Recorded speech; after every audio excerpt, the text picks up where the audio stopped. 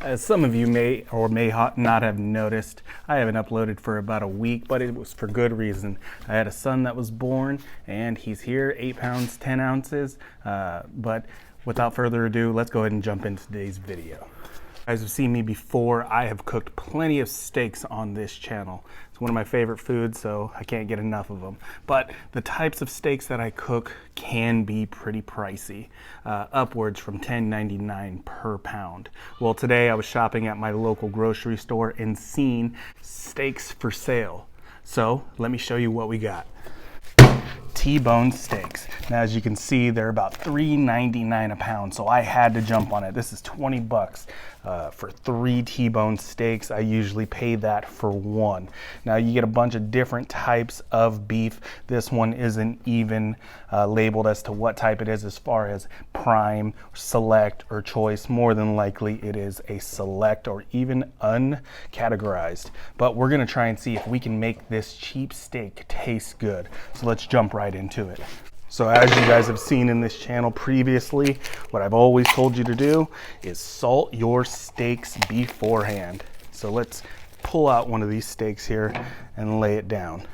What I want you guys to do is take notice of the color of it. Kind of a pale red. Let's see if I can get a close-up on that.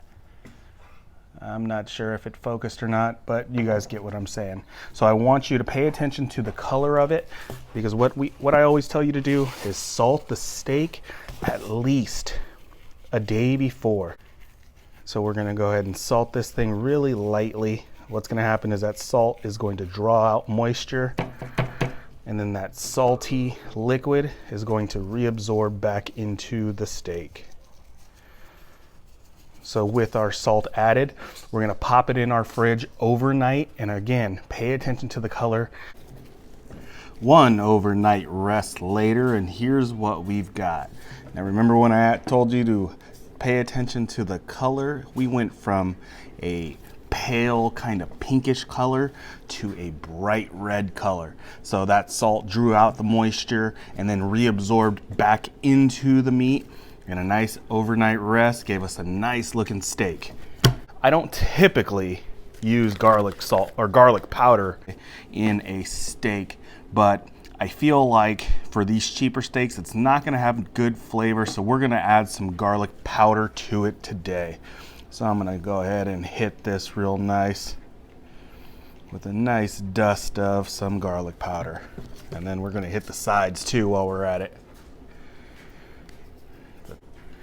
Flip it over and we'll hit this side too. All right, salt. So we've got salt, garlic powder. Now you can add in some pepper before you cook it or after, doesn't matter. I like to cook it before. Sometimes when you use coarse black pepper and then you grill it, it can get kind of crunchy, and I like that crunch factor. We're good to go. And before cooking this, I left it out room temperature for about an hour so we can get a nice even cook on it. So let's go ahead and get our grill ready.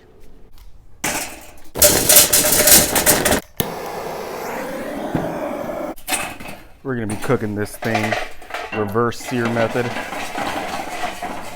A couple of chunks of mesquite wood. Reverse searing, we're gonna stay away from that fire to begin with. Get it up to about 100 degrees and then sear it off. All right, so we're temping out at about 100 degrees. So we got 100 there. Let's go to the filet side. We're looking at about 102. Now I like my steak a little more medium rare, more on the rare side, but you can cook your steak however you'd like. So we're gonna go ahead, and we've left this lid off for a couple of seconds here to get those coals nice and hot. We'll let that burn off there. Throw our steak on direct heat.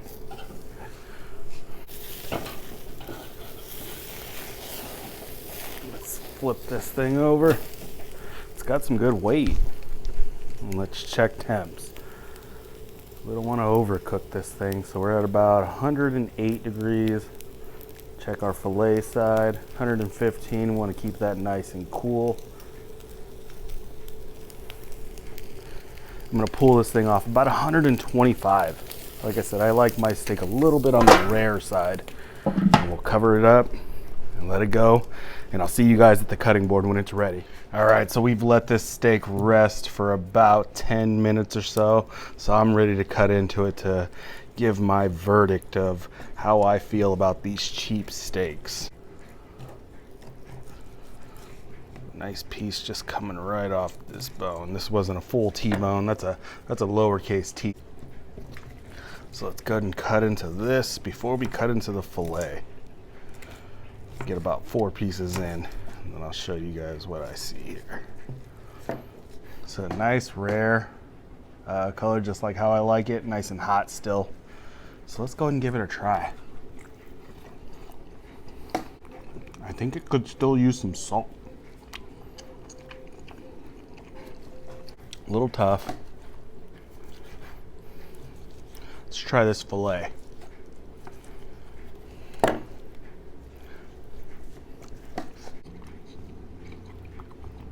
All right, the fillet is pretty tender. I got flies everywhere here.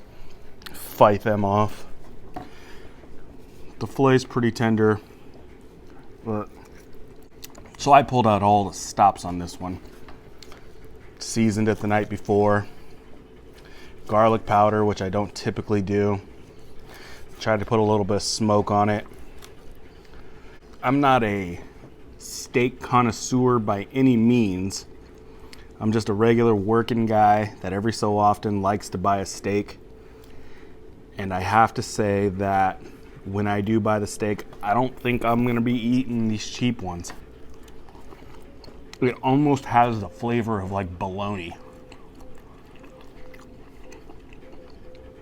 Yeah, I'm gonna finish this. I'm gonna eat this whole thing, but if I'm gonna spend my money, it's gonna be on a good steak.